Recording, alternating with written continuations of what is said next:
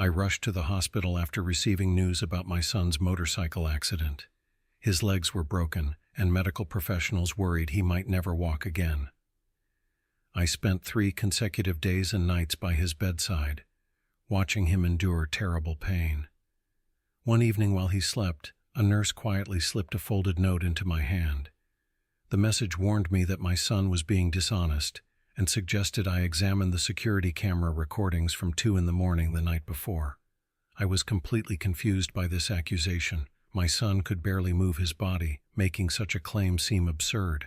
However, something about the nurse's serious demeanor troubled me greatly, and I felt compelled to investigate what she was suggesting. When I finally watched the surveillance footage, what I discovered left me absolutely devastated.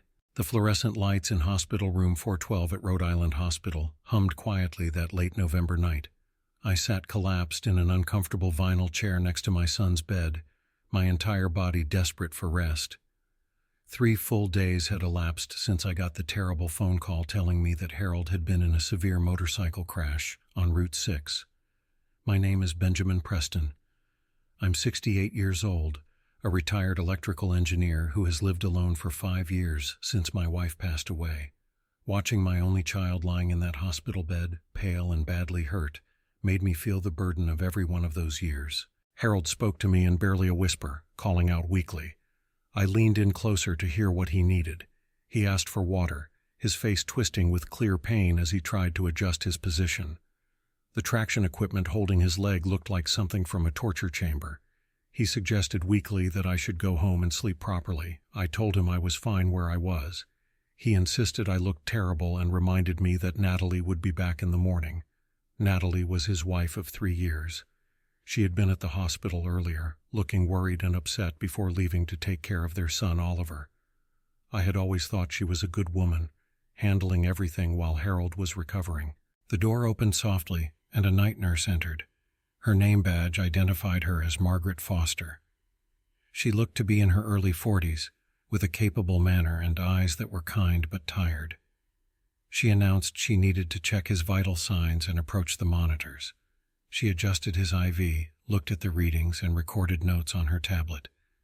Everything appeared normal. But then something shifted. As she prepared to leave the room, she paused next to my chair. Her hand reached out as if to adjust the blanket over the armrest. When her fingers touched mine, I felt something small and folded being pushed into my palm. It was paper. I looked up at her face immediately. Margaret was staring forward with a professionally blank expression. Yet when her eyes briefly caught mine, there was something in them that communicated both warning and urgency. She turned and left without speaking. My heart raced as I carefully unfolded the paper in my lap, keeping it hidden from Harold's view.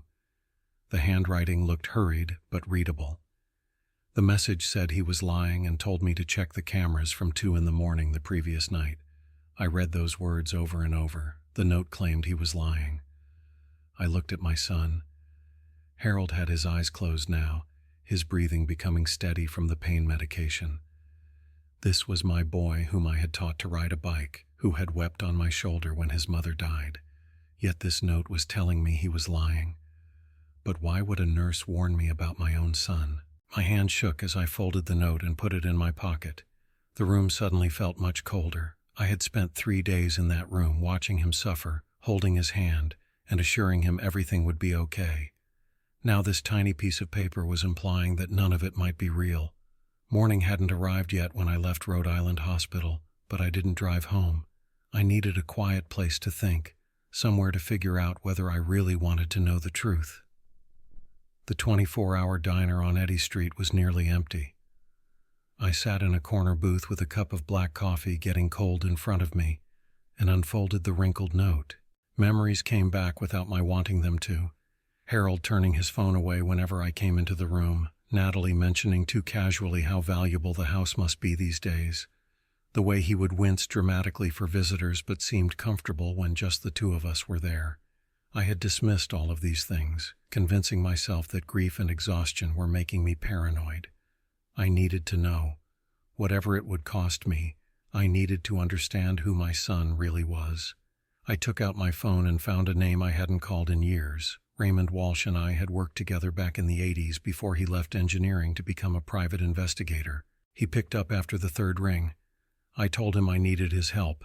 I explained it concerned my son Harold, who was in the hospital after a motorcycle accident, but I suspected he might be lying about his injuries. There was silence. Then he asked what made me think that. I told him a nurse had given me a note telling me to check the security footage from his room at 2 a.m. Raymond responded cautiously, noting that hospital cameras weren't easy to access and that once I saw something I couldn't unsee it. He asked if I was sure. I told him I had to know, even if the truth destroyed me. After another pause, he agreed and said to give him 2 hours to arrange access for me. I drove back to the hospital parking lot and waited in my car with my laptop on my knees. At 8:15, my phone buzzed. Raymond had sent a link with instructions to watch it alone. 1 click was all it would take. I understood that some truths, once known, can never be unknown. But I was already past the point of no return. I clicked the link. The screen flickered and then showed a grainy overhead view of room 412. The timestamp displayed 2:03 in the morning. The screen came alive and my world started to collapse. I watched myself on the screen, bent over and exhausted, shuffling out of the room. The door closed and the room became silent. For 3 minutes, nothing happened. Then at 2:03, his eyes opened suddenly, not slowly or painfully, just open, sharp and alert. He turned his head from side to side, listening carefully and making certain he was alone. At 2:05, he sat up without any sound of pain or hesitation. He pushed himself upright smoothly and easily, like someone who had never been injured at all. Both legs, including the supposedly paralyzed left one and the shattered right thigh bone, swung over the side of the bed. There was no shaking or weakness. My hands went numb on the steering wheel. He reached under his pillow and pulled out his phone. At 2:07, he scrolled through it with a relaxed expression, even smiling. At 2:08, the door opened and Natalie came inside. She was carrying a large paper bag from a fast food restaurant. At 2:10, she gave him the bag. He opened it to find a burger, fries, and soda, and he ate. Not carefully or cautiously. He ate like a healthy 35-year-old man would. They talked while he chewed, their mouths moving silently as they shared smiles. My chest felt tight as though a fist was squeezing my heart. At 2:12, Harold laughed. He threw his head back without a care. Natalie sat on the edge of the bed and they kept talking. Their interaction was comfortable, intimate, and conspiratorial. At 2:15, he patted her shoulder. She collected the trash, removing any evidence. She bent down and kissed his forehead before leaving. Harold lay back down, hid his phone under the pillow, pulled the blanket up, and closed his eyes. Within seconds, he looked exactly as he had before, appearing broken, helpless, and suffering. I stared at the dark screen. The realization hit me cold and clear that he could walk. All those hours I had spent sitting by his bed, holding his hand while he pretended to suffer, listening to him beg me not to leave and tell me he was afraid he'd never walk again. Every single word had been a lie. The question of why echoed where my heart used to be. Why would he lie? I remembered Natalie repeatedly mentioning how valuable the house must be now. My house, the Victorian on Benefit Street, was paid off and in my name. The pieces fit together with sickening clarity. I drove home in complete silence. When the car stopped in front of the old Victorian, the house Vivian and I had built over 40 years, a cold understanding struck me. This was what my son wanted to take from me. I walked through the front gate past Vivian's rose garden. Inside, the living room smelled of old wood and lemon polish. Our wedding photo hung above the fireplace. 40 years of memories, and my son wanted to sell it all. I opened my laptop and changed every password for my bank accounts, investments, and email. Then I took the property deed from the cabinet and locked it in the safe.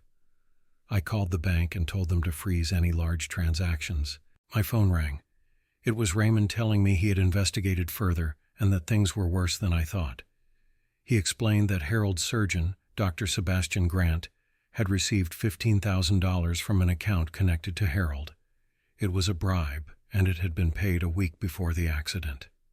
My stomach dropped at the realization that they had planned everything. Raymond continued, explaining that he had looked at the MRI records and found no spinal damage at all. However, Dr. Grant had reported severe compression, requiring immediate surgery, costing $275,000. The diagnosis had been completely made up. There was more. Harold owed $180,000 from a failed real estate deal. They had planned to buy my house for $450,000, renovate it, and split the profit. I closed my eyes as the truth came together with sickening precision. My son had bribed a doctor, staged an accident, faked paralysis, and manipulated me into selling my home below its value to cover his debts. I walked over to the small table where Vivian's photo sat. I whispered that I had failed her. Then I heard her voice in my memory telling me I was stronger than I thought, and not to let anyone take what was ours. I sent a text message to Raymond saying that tomorrow I would return to the hospital. His reply came immediately asking what I was going to do. I stared at the screen and then typed that this time I would be the actor. The next morning, I stood before the bathroom mirror. The soft gaze of a trusting father was gone. In its place were the cold, clear eyes of a man who had been betrayed. That day I would perform just as my son had done for 3 days. When I entered room 412, I wore the mask of a devoted father. Harold's voice trembled weakly as he asked if I had come back. I replied that of course I had, and sat beside the bed, taking his hand. His skin was warm and real.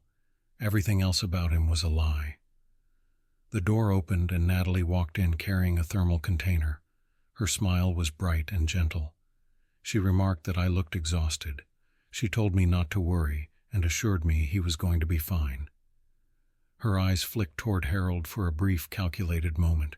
I noticed but said nothing. She said she needed to talk to me about finances. She mentioned the surgery that cost $275,000 and explained that the insurance company had denied the claim. I let shock appear on my face and asked how we were supposed to pay for it. Natalie hesitated with perfect timing before saying she had an idea. She explained that a friend of hers was a real estate broker who had a buyer interested in a house on Benefit Street. If I sold my home, we could pay for the surgery immediately. I stared at her and let silence stretch out. Harold's voice broke as he said he didn't want me to lose my home because of him.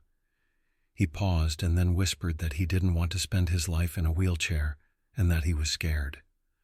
I looked at him, my son, crying on cue like a professional actor. Inside, I wanted to scream. Outside, I squeezed his hand and told him to let me think about it. The next 2 days passed like a slow-motion nightmare. Each morning I returned to the hospital and performed the role of the worried father. Harold and Natalie kept pressing about the house, and I kept saying that I needed to think about it.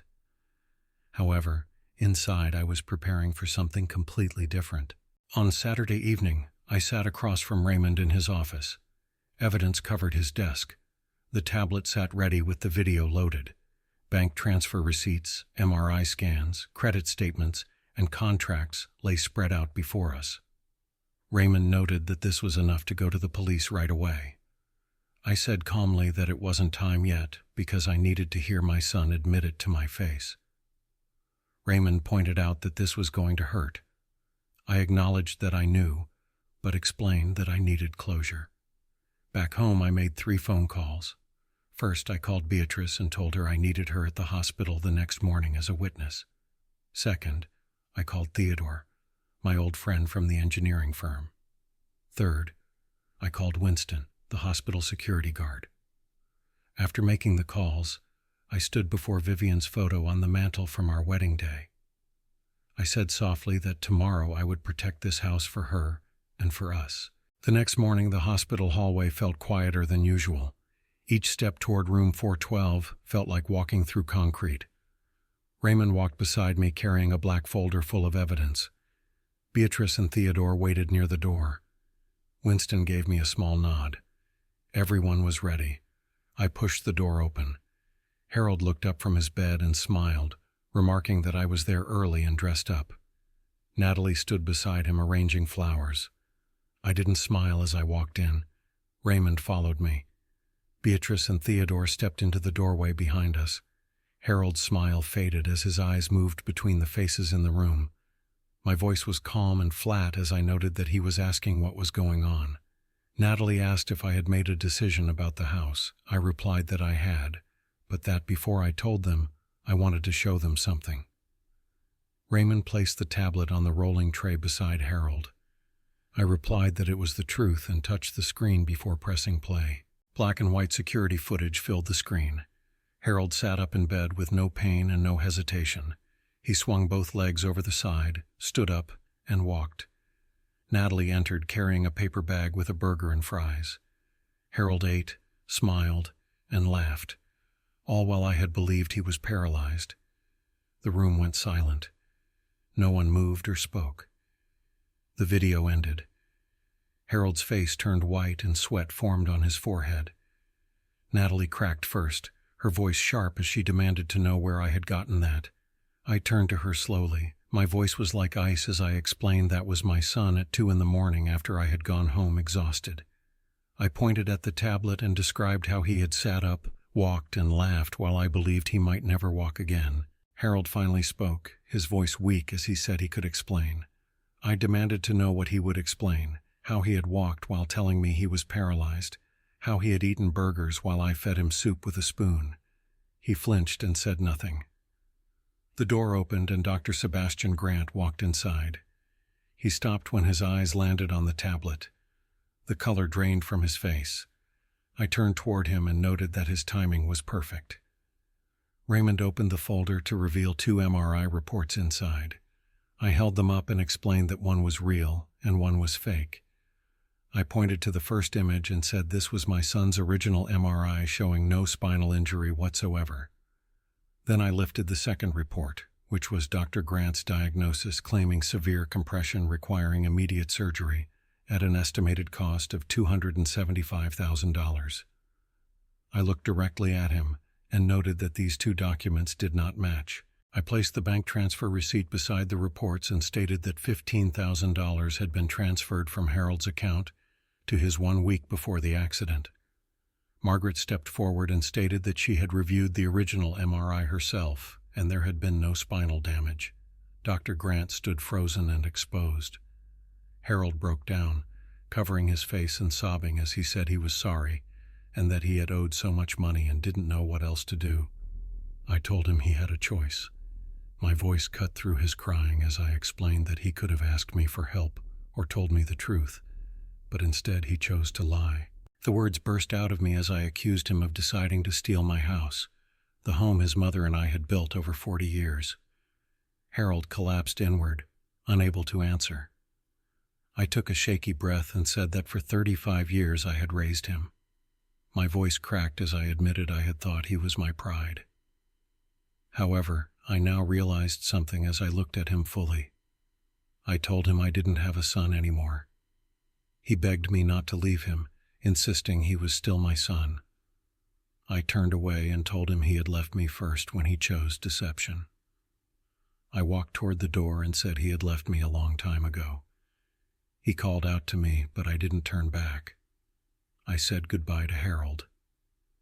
In the hallway, my legs nearly gave out. Beatrice steadied me while Theodore gripped my shoulder. Winston approached and told me that the police had just arrived. 2 weeks passed in a blur. Dr. Grant was suspended and investigated for medical fraud. Harold was questioned for attempted fraud and insurance deception.